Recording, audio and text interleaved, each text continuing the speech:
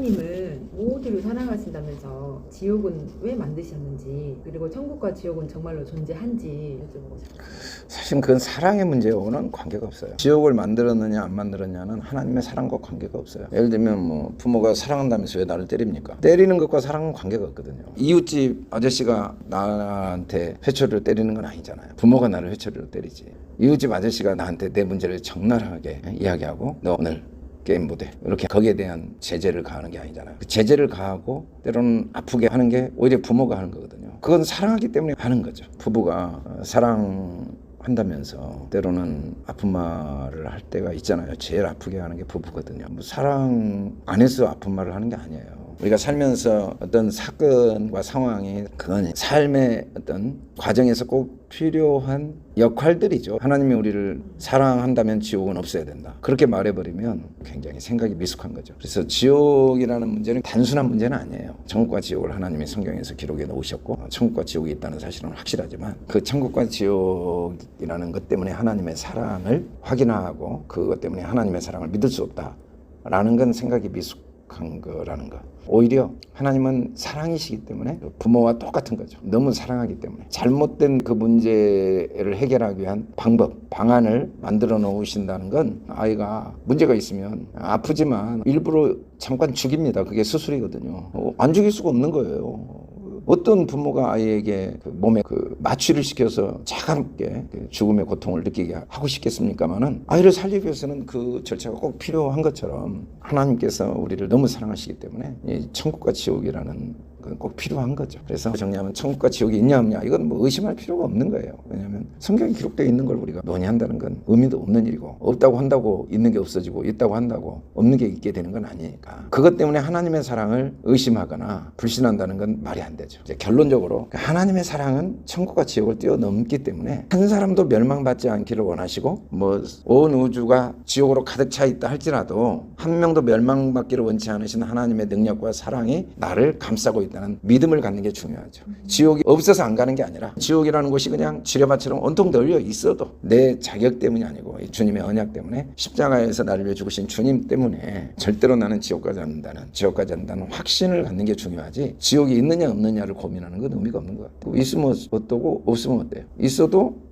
그 지옥은 결국 내가 가야 될 곳이 아니고 이미 사망에서 생명으로 옮기신 주님 때문에 우리는 영원한 천국 백성이 됐는데 그 지옥을 만들어 놓으심으로써 우리가 받은 은혜가 얼마나 크고 또 이 땅에서 지옥 생활을 하지 않는 게 얼마나 중요한가. 여러 가지 교훈과 의도와 선한 목적을 위해 하나님이 지옥을 만들어 놓으셨으니까 지옥이 있냐 없냐라는 건 의심할 필요도 없고 그것 때문에 하나님의 사랑을 의심할 필요도 없고 오히려 그것 때문에 더 하나님의 사랑을 확신하고 영생을 얻게 하신 주님의 그 한없는 사랑을 더 굳게 붙드는 그런 기회로 지옥을 우리가 잘 활용하는 지혜는 필요한 것 같아요. 요즘 지옥을 적나라하게 묘사한 드라마가 있었다고 했어요. 그래서 많은 사람들이 갑자기 또 지옥에 이제 관심을 갖게 되는데 자살하면 지옥 간다 이런 말이 있거든요. 그 말이 정말 진실인지 자살하면 정말 지옥에 가는지 우리가 지옥을 가냐 안 가냐의 기준은 예수 그리스도지 뭐 다른 건 없어요. 그리스도 안에 있으면 영생을 얻고 그리스도에 밖에 있으면 지옥 가는데 성경에는 우리가 멸망을 받는 이유 자살이 그리스도 안에 있냐 없냐의 기준은 안 되는 이유가 자살의 종류가 한 10,000가지도 넘거든요. 예를 들면 잠을 평소에 규칙적으로 앉아서 자기 몸을 망가뜨려서 죽는 것도 자살입니다. 또 음주를 너무 많이 해가지고 이제 그 자살은 한순간의 자살이 아니고 이제 뭐 10년에 걸친 자살이죠. 또 매일 술을 먹어서 간을 나쁘게 해가지고 자기 몸을 죽이는 것도 자살입니다. 또 이제 칼로 자해를 해서 1분 사이에 죽게 하는 것도 자살입니다. 사람들이 이제 흔히 말하는 자살은 짧은 시간의 자살은 굉장히 부정적으로 보고 긴 시간의 자살은 자살로 안 보는 그 오류 때문에 자살에 대한 우리는 어차피 자살해요. 자살 안 하는 사람이 누가 있겠습니까? 자기 삶을 자기가 제대로 관리를 못 하거든요. 잘 관리해도 죽고 대부분 잘 관리를 못 해서 여러 가지 원인이 있어도 깊이 보면 오랜 내 잘못된 생활 습관이나 자기 몸에 대한 책임을 잘 못하는 거죠. 그게 자살 아닙니까? 자기가 자기를 스스로 죽이는 거잖아요. 그리고 감정적인 것도 자살에 속하거든요. 성경에 보면 분노는 독을 마시는 것과 같다고 그랬어요. 근데 우리는 자꾸 분을 내면서 독을 마시잖아요. 그것도 자살의 일종이니까 이제 더 이상 기독교가 이렇게 가끔 뉴스에 나온 자살 가지고 천국 지옥 이야기를 하는 그 수준은 이제 뛰어넘어야 돼요. 자꾸 그 어린아이 같은 논쟁으로 맨날 천국 지옥을 이야기해버리면 예수 그리스도는 어디로 가버린 거죠. 예, 자살의 기준이라는 게 너무 모호해서 10,000가지도 넘는데 어느 수준을 자살로 이야기할 거예요. 그러다 보면 답이 없는 거죠. 선생님, 그럼 마지막으로 지금 당장 인생을 끝내고 싶어하는 네. 자살하고 싶은 마음을 가지고 있는 크리스천에게 해주실 수 있는 말씀. 그 얘기가 나오니까 갑자기 생각나는 게 저는 예수님을 25살 처음으로 알게 됐단 말이에요. 근데 예수님을 알게 한 3, 4년 전은 집중적으로 매일 그 자살에 대한 고민을 하면서 보낸 시기였어요. 그래서 자살 시도에 대한 고민을 너무 많이 했죠. 어떻게 하면 좋을까?